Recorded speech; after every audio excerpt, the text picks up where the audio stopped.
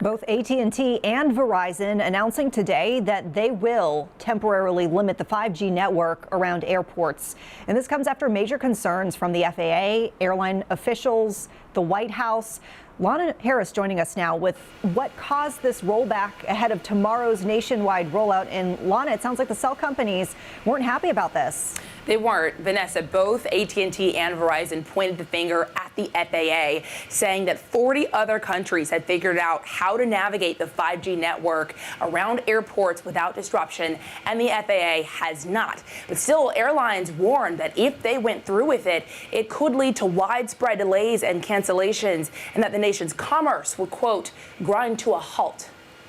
This is not safe. Pilots and airline officials across the country have been sounding the alarm about 5G towers potentially operating too close to the airport. That signal will be bombarding my airplane with interference. Dennis Tager, the spokesman for the Allied Pilots Association, says the 5G network operates on a similar frequency as a crucial instrument called radio altimeters, which provide critical information to safety and navigation systems in modern airplanes, particularly important during inclement weather. The interference may happen so quickly that a pilot may not have time to react and continue safe flight to include a landing. Several airlines and shipping companies sent out a joint statement urging cell companies to limit the 5G network within 2 miles of the airport runways. There are hundreds, if not thousands, of flights that could potentially be canceled as this kind of stare down over the 5G rollout continues. AT&T and Verizon both announced on Tuesday they would temporarily limit the 5G rollout around airports, but criticized the FAA for not resolving how to navigate the 5G network around our airports without disrupting aircrafts. They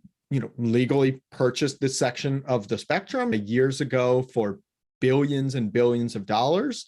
This was not a secret. And so from the telecom's perspective, the airlines and the FAA really were sitting on their hands, not preparing for this day to come. Scott Keyes, the founder of Scott's Cheap Flights, says airlines and the FAA now want time to do more testing to ensure flying remains safe. This is something that the White House is working really closely on to try to resolve, because they know how important an issue this is.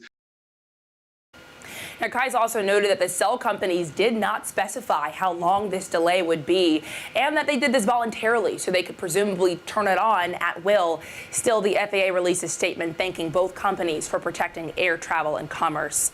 Vanessa, Fred. All right, we'll be following it. Thank you, Lana.